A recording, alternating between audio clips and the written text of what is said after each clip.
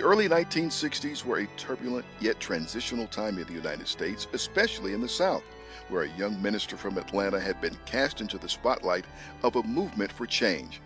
Xernona Clayton and her husband visited Atlanta and were invited to church by that minister, the Reverend Dr. Martin Luther King Jr. Dr. King was impressive, but his ride, not so much.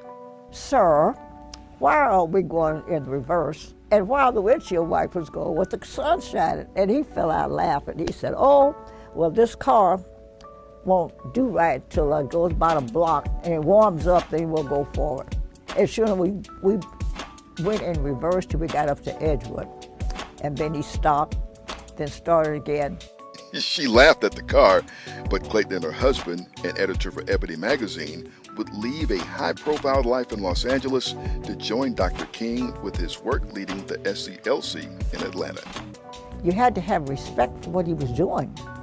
And so and he was young and energetic and leading a movement that's going places, and dedication from people who were coming from other places to join. I mean, this was the place to be almost. Almost, because Clayton had trouble navigating the city due to a lack of proper street signs. It was one of the first things she worked to correct, but she was just getting started. In 1966, Clayton organized black doctors in Atlanta who were prohibited from treating their patients in certain hospitals due to segregation. The Doctors Committee for Implementation took their grievances all the way to Washington, D.C. to meet with President Lyndon Johnson. I'm here to tell you that when we got through with our presentation, that in less than, I've got to check my dates, but less than 3 weeks, he issued an edict that said from this point forward, all the hospitals in the United States are now declared integrated.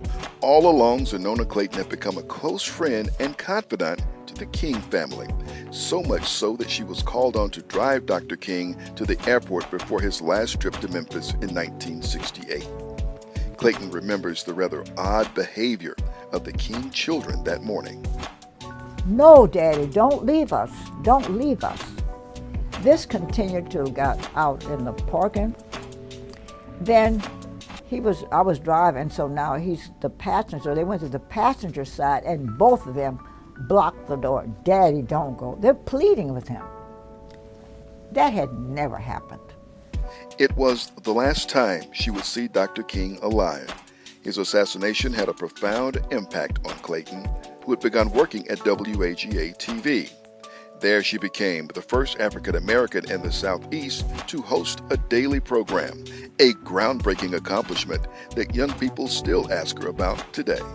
"Did you study television when you were in college?" I said, "I didn't even have television when I was in college." They gave me the freedom to create programming the way I wanted it.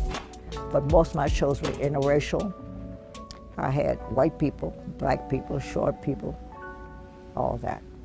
After 9 successful years at WAGA-TV, Clayton received a call from another suitor. Ted Turner may have had a small TV station at the time, but his dreams were big, and Clayton saw an opportunity to create programming that was unique and inclusive. But he believed in me.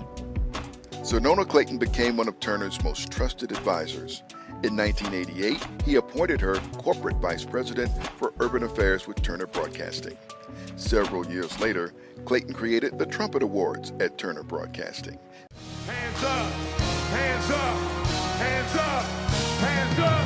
What was you in there? The annual event highlights African American achievement.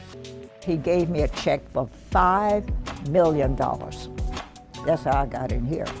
When she says here, it means the headquarters of the Trumpet Awards Foundation. The office reflects Clayton's lifetime of service.